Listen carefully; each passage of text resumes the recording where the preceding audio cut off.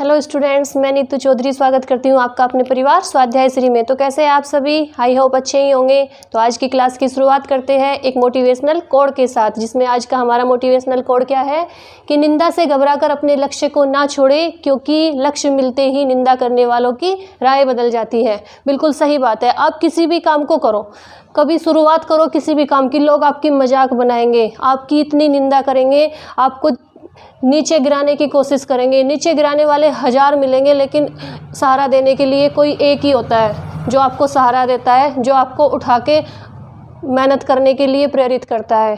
तो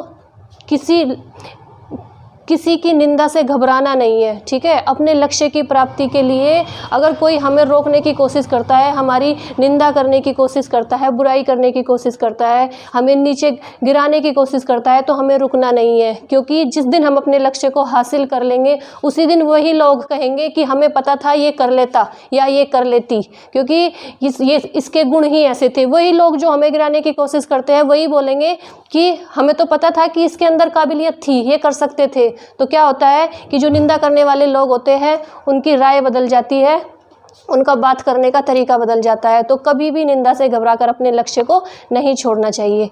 तो इसी मोटिवेशनल कोड के साथ आज की क्लास की शुरुआत करते हैं, जिसमें हमारा टॉपिक क्या चला हुआ है? पाचन तंत्र चला हुआ है। पाचन तंत्र का एक बार हल्का सा रिवीजन कर लेते हैं कि हमने क्या क्या पढ़ा है। सबसे पहले हमने क्या पढ़ा था? एलिमेंट्री कैनाल में क्या पढ़ा था?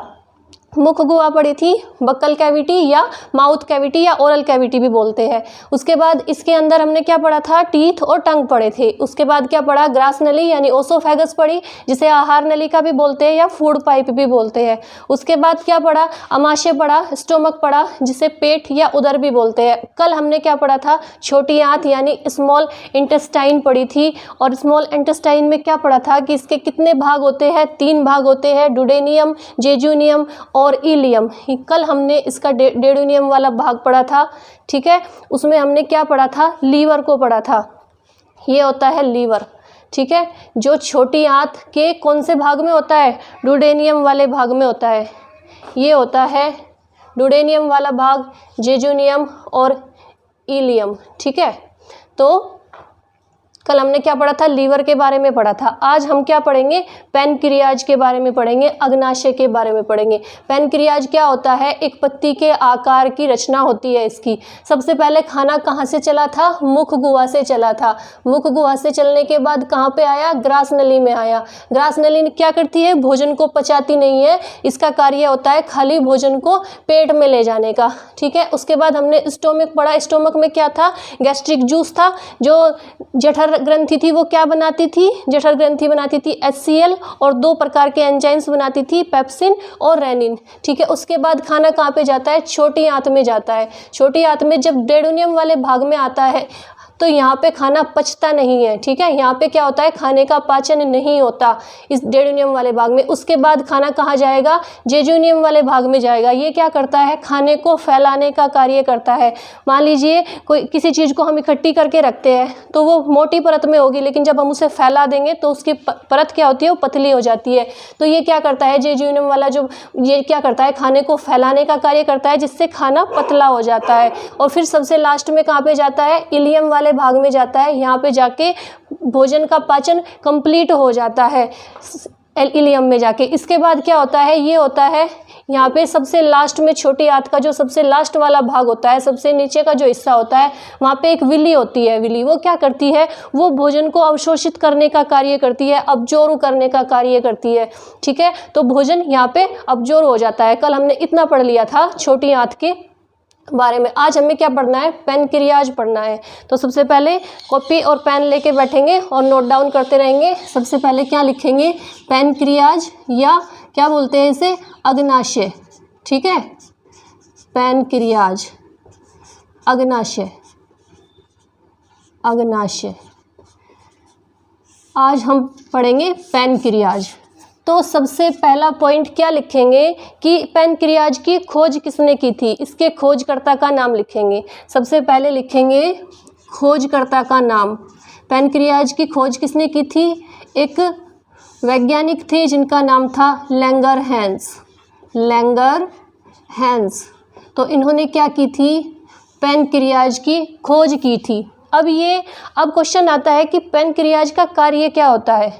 तो पैनक्रियाज होता है ऑलराउंडर। जैसे एक टीचर पॉलिटी भी पढ़ा लेता है, मैथ भी पढ़ा लेता है, रीजनिंग भी पढ़ा लेता है और दूसरे सब्जेक्ट बायो भी पढ़ा लेता है, तो हम उसे क्या बोलेंगे कि ये सारे सब्जेक्ट पढ़ा लेता है, ये ऑलराउंडर है। तो पैनक्रियाज का कार्य क्या होता है, ये हार्मोन भी बनाता है, ये एंजाइम्स भी बनाता है और ये जूस भी बनाता है, यानी पाचक रस भी बनाता है। तो इसका कार्य क्या लिखेंगे, सेकंड।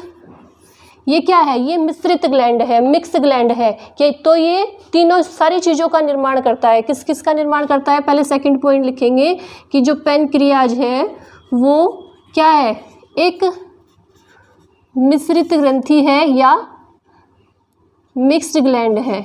ठीक है, मिक्स्ड ग्लैंड है जो क्या करती है, हार्मोन भी बनाता है और क्या बोलते हैं उसे, एंजाइम्स भी बनाता है और जूस भी बनाता है। तो इसी में लिखेंगे क्योंकि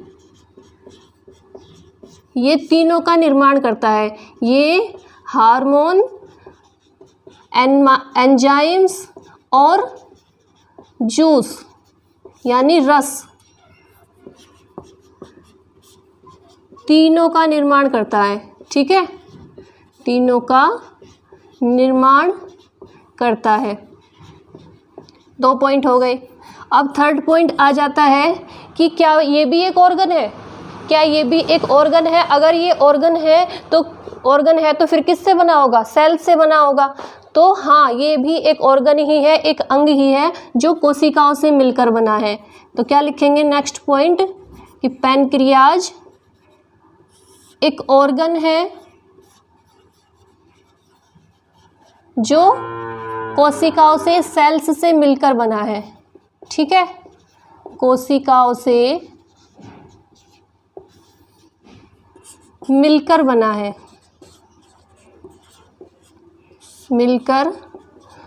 है, अब इसमें कितने प्रकार की कोशिकाएं पाई जाती है। जब मैंने कल लीवर पढ़ाया था, मैंने उसमें भी बताया था कि उसमें कौन सी कोशिकाएं पाई जाती है। तो आज हमें ये पता होना चाहिए कि पैनक्रियाज में कितनी तरह की कोशिकाएं पाई जाती है। तो यहाँ पे लिखेंगे कि इसमें 4 प्रकार की कोशिकाएं पाई जाती है। यहाँ पे PAN करके मैं शॉर्ट में लिख देती हूँ। ठीक है, कौन कौन सी, अल्फा,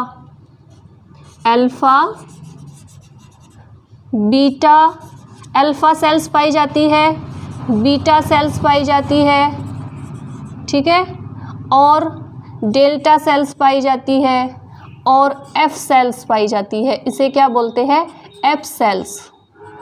ठीक है, इसमें कितने प्रकार की कोशिकाएं होती है, अल्फा, बीटा, डेल्टा और एफ सेल। ठीक है, अब क्वेश्चन आता है कि जो पैनक्रियाज में जो कोशिकाएं होती है, जो सेल्स होती है, उसमें सबसे ज़्यादा कोशिकाएं कौन सी होती है। तो आंसर लिखेंगे कि बीटा सेल्स। ये 95% दिया होता है, कहीं पे 90% दिया होता है।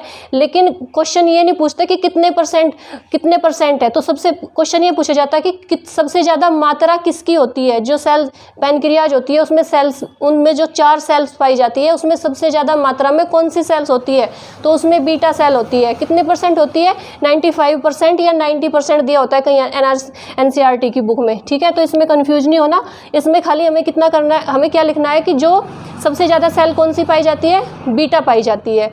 ठीक है, इसे नोट डाउन कीजिए, फिर इससे आगे का पढ़ेंगे। तो कौन कौन सी सेल होगी, अल्फा, बीटा, डेल्टा और एफ सेल।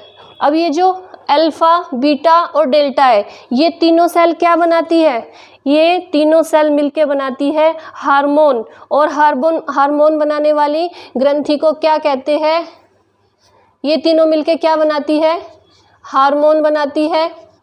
और जो एफ सेल है वो क्या बनाती है, अग्नाशयी जूस बनाती है। अग्नाशयी जूस यानी पैनक्रियाटिक जूस, अग्नाशयी रस या पैनक्रियाटिक जूस बोलते हैं, पैनक्रियाटिक जूस। ठीक है, तो इसमें हार्मोन्स भी आ गए। और इस जूस में क्या होता है, इस जूस में होते हैं एंजाइम्स, इस जूस में ही एंजाइम्स होते हैं। तो इन तीनों ने मिलके क्या बनाए, हार्मोन्स बनाए। इसने एफ सेल ने क्या बनाया, पैनक्रियाटिक जूस बनाया, और जूस में क्या होता है, एंजाइम्स होता है। तो तीनों चीज़ें आ गई, हार्मोन्स भी आ गई, जूस भी आ गया और एंजाइम्स भी आ गए। जब मैंने यहाँ लिखाया था कि ये तीनों क्या करते हैं, हार्मोन, एंजाइम्स और रस तीनों का निर्माण करते हैं, ठीक है। तो ये जो 3 सेल होती है, अल्फा, बीटा और डेल्टा, ये तीनों क्या करती है, हार्मोन का निर्माण करती है। और जो एफ सेल होती है वो अग्नाशयी रस या पैनक्रियाटिक जूस का बनाती है, और उस जूस में क्या होते हैं, एंजाइम्स होते हैं। और जूस बनाने वाली जो ग्रंथि होती है वो क्या कहलाती है, एक्सोक्राइन कहलाती है। जूस बनाने वाली ग्रंथि को क्या कहते हैं, एक्सोक्राइन। और हार्मोन बनाने वाली ग्रंथि को क्या कहते हैं, एंडोक्राइन। यहाँ पे लिख देती हूँ मैं, इसे क्या बोलते हैं, जिसमें जूस बनता है, एक्सोक्राइन। ये ग्रंथियाँ हम ग्रंथि वाले चैप्टर में डिटेल में पढ़ेंगे, ठीक है। तो इसके बाद क्या होता है कि जो एफ सेल होती है, एफ सेल में 3 प्रकार के क्या पाए जाते हैं, एंजाइम्स होते हैं। इसमें जो एंजाइम्स होते हैं वो कौन कौन से होते हैं, उन्हें हम शॉर्ट में बोलते हैं LAT। एल को यहाँ पे डिफाइन करते हैं, यहाँ पे लिख लेते हैं। जो 3 एंजाइम्स पाए जाते हैं उन्हें क्या बोलते हैं, LAT से हम याद रखेंगे। एल से हो जाता है लाइपेज, ए से होता है अमाइलेज, इसे भी हिंदी में लिख देते हैं अमाइलेज, और टी से हो जाता है ट्रिप्सिन, ठीक है, ट्रिप्सिन। तो ये जो एफ सेल होती है ये कौन कौन से 3 एंजाइम बनाती है, ये बनाती है 3 एंजाइम। LAT से हम याद रखेंगे लाइपेज, अमाइलेज और ट्रिप्सिन। अब हमें ये भी पता होना चाहिए कि जो ट्रिप्सिन और अमाइलेज और जो लाइपेज होता है ये किसका पाचन करते हैं। तो जो ट्रिप्सिन होता है वो किसका पाचन करता है, प्रोटीन का। एमाइलेज किसका पाचन करता है, कार्बोहाइड्रेट का। और लाइपेज किसका पाचन करता है, वसा का।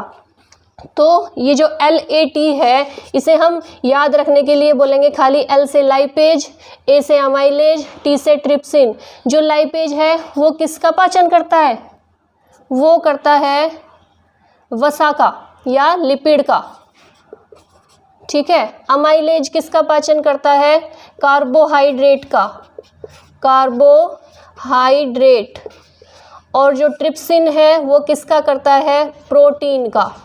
तो ये जो तीनों एंजाइम्स पाए जाते हैं एफ सेल्स में वो कौन कौन से होते हैं, LAT, लाइपेज, अमाइलेज और ट्रिप्सिन। जो किस किस का पाचन करते हैं, ट्रिप्सिन करता है प्रोटीन का पाचन, अमाइलेज जो हमारे शरीर में जितने भी कार्बोहाइड्रेट वाले पदार्थ होते हैं, मैंने बताया था कार्बोहाइड्रेट वाले कौन कौन से पदार्थ होते हैं, गेहूँ, चावल, जितनी भी मीठी चीज़ें होती है वो क्या करते हैं। जैसे हम आप बोलेंगे रोटी क्या मीठी होती है, अगर हम रोटी को बिना सब्जी के, बिना नमक के, ऐसे ही बिना आटे में नमक डाले खा के देखते हैं ना, तो हल्का सा उसमें मीठा मीठा स्वाद होता है। तो इसीलिए वो कार्बोहाइड्रेट के अंदर ही आती है। जितनी भी चीज़ों में मिठास होगी वो क्या होगा कि वो कार्बोहाइड्रेट के अंदर आएगा। तो कार्बोहाइड्रेट का पाचन कौन करता है, अमाइलेज करता है। जितने प्रोटीन होंगे, दालें होंगी, सोयाबीन होंगी और मीट, मांस वगैरह होगा, उसका पाचन कौन करेगा, ट्रिप्सिन करेगा। और जो वसा होती है, फैट होता है, उसका पाचन कौन करेगा, लाइपेज करेगा, ठीक है। तो एक बार इसे रिपीट कर देते हैं कि पैनक्रियाज क्या होता है। पैनक्रियाज की खोज किसने की थी, सबसे पहले लैंगरहैंस ने की थी।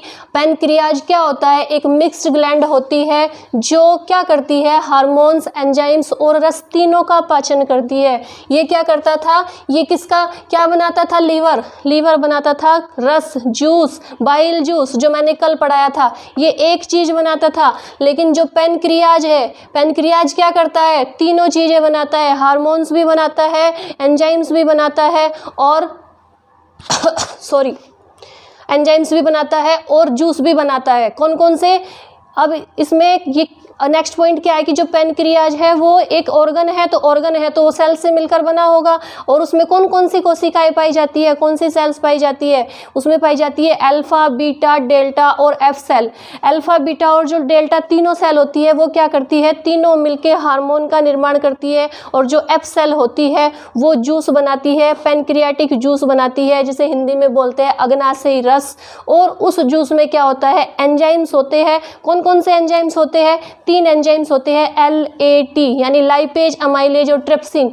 ट्रिप्सिन, लाइपेज क्या करता है? वसा को पचाने का कार्य करता है। अमाइलेज क्या करता है? कार्बोहाइड्रेट का पाचन करता है। और जो ट्रिप्सिन होता है वो प्रोटीन का पाचन करता है। ठीक है, तो अब खाना यहाँ तक आ चुका है, छोटी आंत तक आ चुका है। ठीक है, छोटी आंत में सबसे लास्ट में जब खाना पहुंच जाता है तो वहाँ पे क्या होता है? विली होता है। एक विली क्या करता है? खाने को अब्जॉर्ब करने का कार्य करता है, अवशोषण का कार्य करता है। ये क्या होता है? अब इसे भी पढ़ लेते हैं। ये जो इसके छोटी आंत के बाद खाना कहाँ पे जाएगा? बड़ी आंत में जाएगा। ये है बड़ी आंत, ये बड़ी आंत है। जब बड़ी छोटी आंत और बड़ी आंत जहाँ पे जाके मिलती है वहाँ पे होता है अपेंडिक्स। अपेंडिक्स आपने सुना होगा कि कभी कभी आपने सुना होगा कि अपेंडिक्स का ऑपरेशन कराया है, अपेंडिक्स में दर्द था उसका ऑपरेशन कराया है। तो ये जो अपेंडिक्स होता है ये क्या होता है? ये हमारे शरीर का ऐसा अंग होता है जो हमारे काम का नहीं होता। ठीक है, ये हमारे शरीर में कुछ भी काम नहीं करता। अगर इसे निकाल भी देते हैं तो भी हमारे शरीर पे कोई फ़र्क नहीं पड़ता। तभी जब भी अपेंडिक्स का ऑपरेशन होता है तो इसे निकाल दिया जाता है, उससे कोई फ़र्क नहीं पड़ता। लेकिन ये जानवरों में बहुत ज़्यादा महत्वपूर्ण भूमिका निभाता है। उसमें क्या होता है? जानवरों में जो शाकाहारी जानवर होते हैं जैसे हाथी है, भैंस है, गायें हैं, ये क्या करते हैं? घास फूस खाते हैं।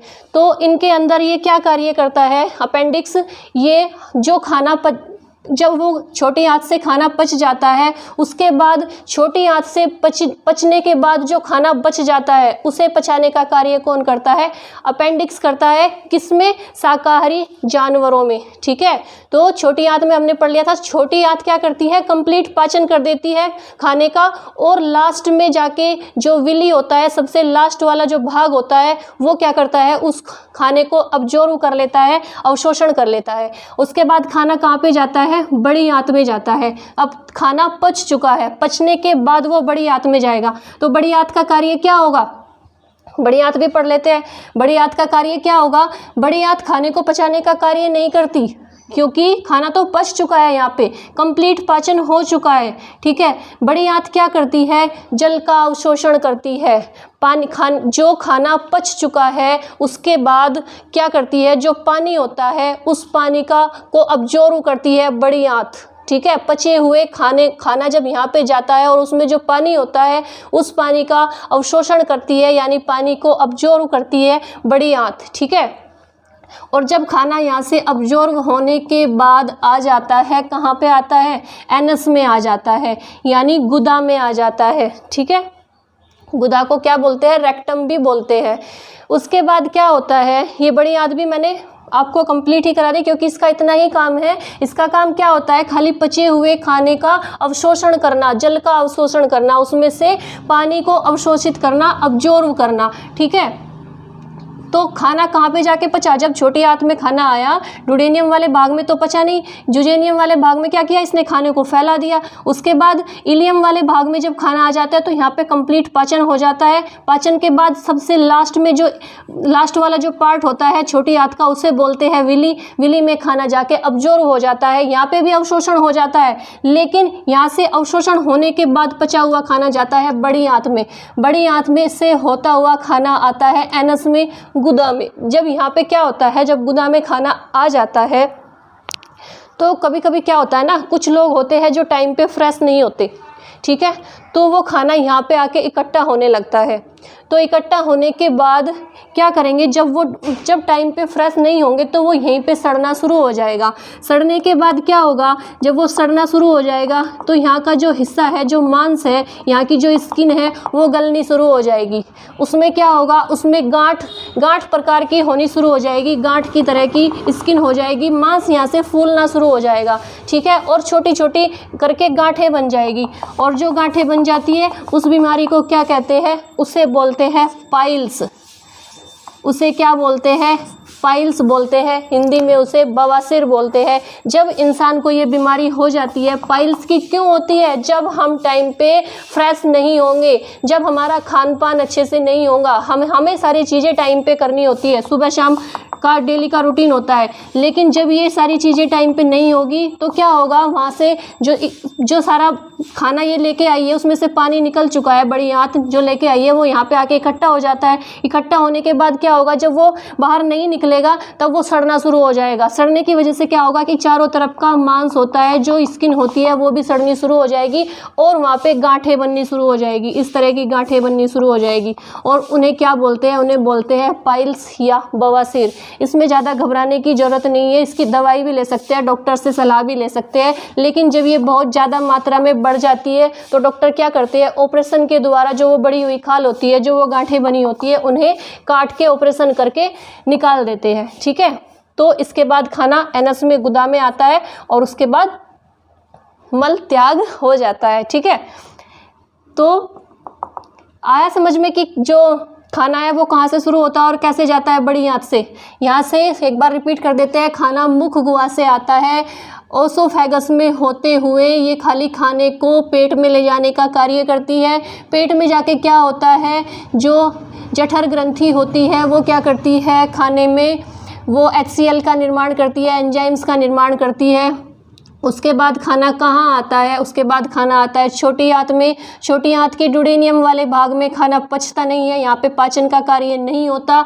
यहाँ जो ड्यूडेनियम वाला भाग क्या करता है, ये खाने को फैलाने का कार्य करता है, खाने को फैला देता है, पतला कर देता है।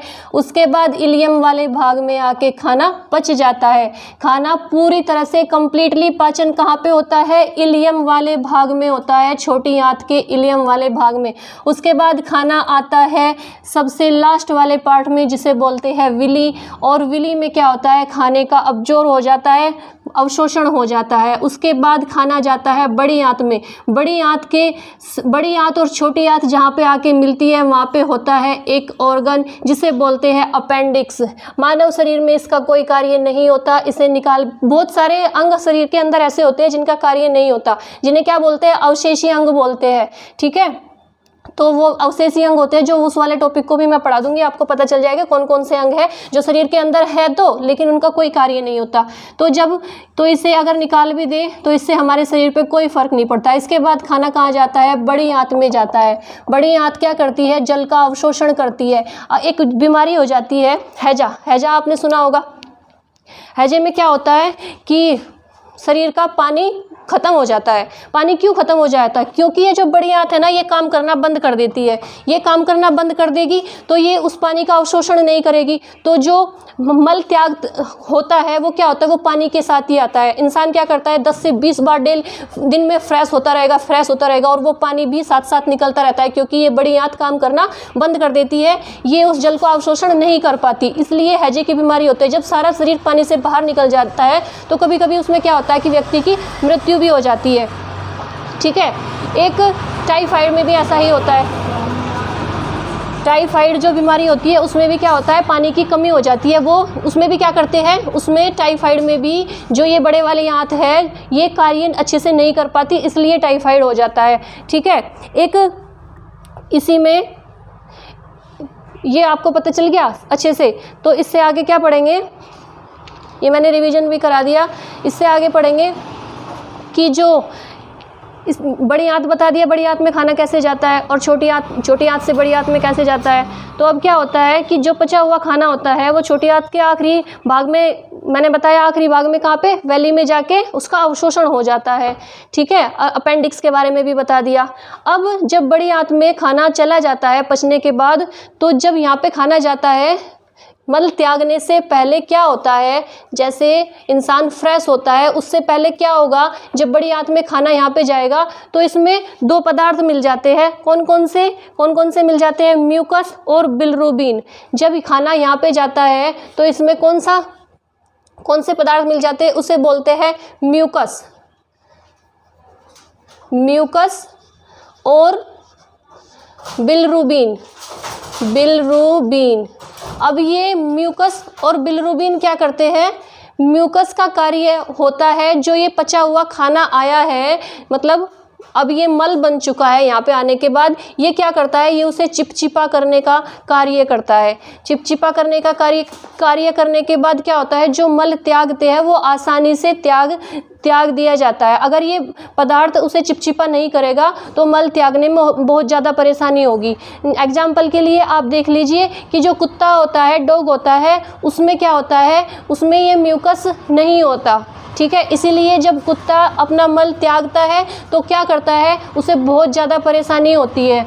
एक होता है बिलिरुबिन। बिलिरुबिन क्या करता है कि जो हमारा मल होता है, गंदगी होती है शरीर के अंदर, उसे पीला करने का कार्य करता है। उसे कलर क्या कौन देता है, बिलिरुबिन देता है। तो आप कुछ भी खा लीजिए, कुछ भी खाएंगे, लेकिन उसे कलर कौन देगा, बिलिरुबिन देगा, वो पीला ही निकलेगा, ठीक है।